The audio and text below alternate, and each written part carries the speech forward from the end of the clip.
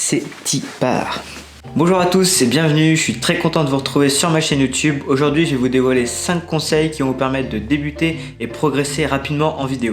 Ce qu'il faut savoir sur ces 5 conseils, c'est qu'ils sont applicables dès la fin de cette vidéo et ça peu importe le prix de votre caméra. Ils seront surtout utiles pour les personnes qui débutent en vidéo, mais je pense qu'il y a 2-3 conseils qui vont intéresser les personnes qui sont expérimentées. Donc il y en aura 3 qui seront plus pour une partie tournage mise en pratique et 2 qui seront plus d'ordre général. Donc le conseil numéro 1 ce sera le plus long mais le plus important, j'insiste vraiment là-dessus, ça va être de travailler en mode manuel. Sur tous les paramètres que je vais vous citer, je ne vais pas les détailler car la vidéo serait beaucoup trop longue et ils mériteraient chacun leur propre vidéo. Alors premier paramètre à régler, ça va être la cadence d'image.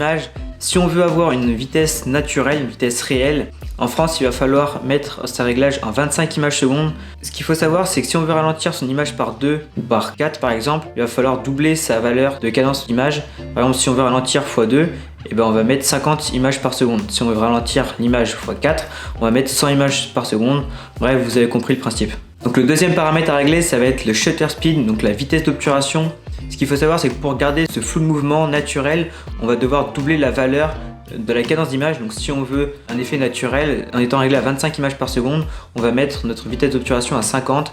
Et après, ça va être le même système, on va toujours doubler, mais c'est uniquement si on veut garder cet effet de flou naturel.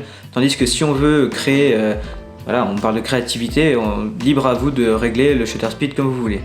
Donc là on va parler des ISO, c'est quelque chose qui est très connu dans la photo et la vidéo car c'est très important. Ce qu'il faut savoir c'est que plus vos ISO sont bas, meilleure sera la qualité de votre image, tandis que plus vos ISO sont élevés, moins la qualité sera bonne à cause du grain numérique que ça va rajouter.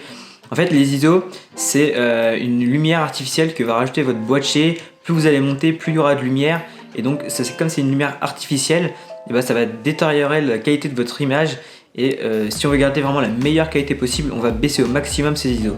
Donc là on va parler de l'ouverture, ce qui va donner cet effet de flou au premier plan et à l'arrière-plan que vous avez un peu derrière moi. Si vous ne savez pas ce que c'est sur votre objectif, c'est ce qui est à la suite du F généralement. Donc par exemple F1.8, F2.8, F4, etc.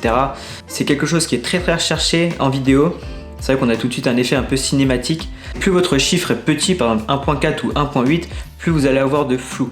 Mais chose importante à savoir dans ce petit paramètre là, c'est que c'est une zone de netteté. C'est-à-dire que quand vous êtes à 1.4 ou 1.8, votre zone de netteté va être très petite. C'est pour ça qu'en fait, cette zone là est nette et l'arrière va se détacher énormément et c'est ce qui va donner cet effet de flou. Donc là je vais faire un rapide point sur le focus. Il y a plusieurs manières de faire son focus. Il y a la manière manuelle et il y a l'autofocus, donc une manière automatique. Donc ça va dépendre de vos compétences mais aussi de la compétence de votre boîtier. Si votre boîtier a un bon autofocus, pourquoi pas travailler dans ce mode là, mais je vous conseille aussi de varier de temps en temps avec le manuel focus. Par contre si votre boîtier n'est pas performant en autofocus, je vous conseille vivement de travailler en manuel focus car si vous restez en autofocus et qu'il n'est pas performant, vous allez avoir un effet de pompage et ça c'est très désagréable et le spectateur va tout de suite le remarquer. Ce qui est bien avec le manuel focus, c'est qu'on ne laisse pas la chance au hasard. Si l'image est de mauvaise qualité, ce sera uniquement de votre faute. Donc dernier point du premier conseil, ça va être les profils d'image. Souvent dans les boîtiers, on a différents profils d'image. Je vous conseille de filmer en flat ou en log. En fait, ça va vous permettre d'avoir une image désaturée et décontrastée lors du tournage. Et une fois arrivé en post-production, vous allez pouvoir étalonner votre image et donner vraiment le look que vous souhaitez. Et c'est là où votre propre style va ressortir. Donc voilà, on en a fini avec le premier conseil. Je suis désolé si c'était un peu long, les prochains seront beaucoup plus rapides.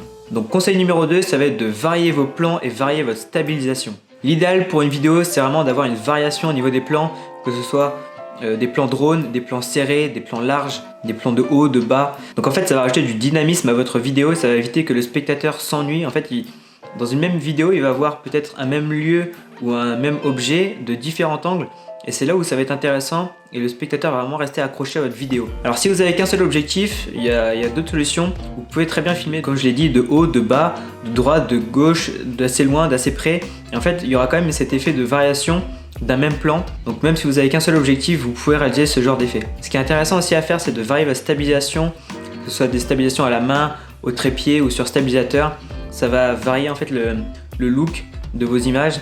Et ça on va parler dans le point numéro 3, ça va être de stabiliser vos plans. Donc la stabilisation c'est très important, il faut absolument la maîtriser. Un plan qui n'est pas stabilisé ou mal stabilisé, on va tout de suite le voir à cause des micro-tremblements. La vidéo aura un rendu très amateur. Je vous mets des images à l'écran pour que vous voyez bien la différence. Tandis qu'une vidéo qui est stabilisée, on va avoir un effet beaucoup plus pro, beaucoup plus cinématique. La qualité est tout de suite présente, on le voit très bien à l'image. De toute façon, je compte vous faire une vidéo un peu dédiée à la stabilisation. Je vous expliquerai quelques techniques pour apprendre à stabiliser vos plans.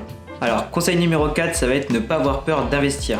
Dans la vidéo, pour se former et surtout pour débuter, c'est important d'investir, que ce soit dans des formations, dans des packs de lutte par exemple si on ne sait pas encore étalonner, ou dans du motion design. De toute façon tous mes textes à l'écran que vous voyez, ce ne sont pas moi qui les réalise concrètement, c'est des packs que j'ai achetés, c'est de l'investissement que j'ai fait et ça me permet de faire des vidéos de qualité. Je fais moi-même partie d'une école de formation, ça me permet d'apprendre l'essentiel de la vidéo, apprendre les techniques de montage, de tournage, etc. Car ça fait à peine un an que j'ai débuté en vidéo, donc ça me permet d'évoluer très rapidement et ça c'est un investissement pour mon futur. Personnellement, je fais partie de l'école Grain qui a été créée par Louis récemment. Aujourd'hui, presque tous les vidéastes connus ont leur propre formation. N'hésitez pas à aller faire un tour sur leur réseau et choisir la formation qui vous correspond. L'investissement dans la vidéo, c'est très important. Ce ne sont pas des dépenses inutiles, c'est un gain de temps et ça va vous permettre de rentrer de l'argent plus facilement. Donc c'est pour ça qu'on appelle ça de l'investissement. Cinquième et dernier point, ça va être de se créer un réseau. Que ce soit des photographes, des vidéastes, des compositeurs, des graphistes, tout ce qui englobe le métier de vidéaste, car ces gens-là connaissent potentiellement des futurs clients et va vous permettre de récupérer des prestations vidéo. Vous pouvez aussi demander à vos proches, à votre famille, ils ont peut-être des contacts pour vous pour réaliser des vidéos. Vous pouvez commencer avec des vidéos gratuites, mais ils peuvent aussi avoir des contacts professionnels et donc avoir des contrats rémunérés. Une fois que vous avez réalisé des contrats avec des clients, c'est important de garder contact avec eux, d'être présent sur leur réseau.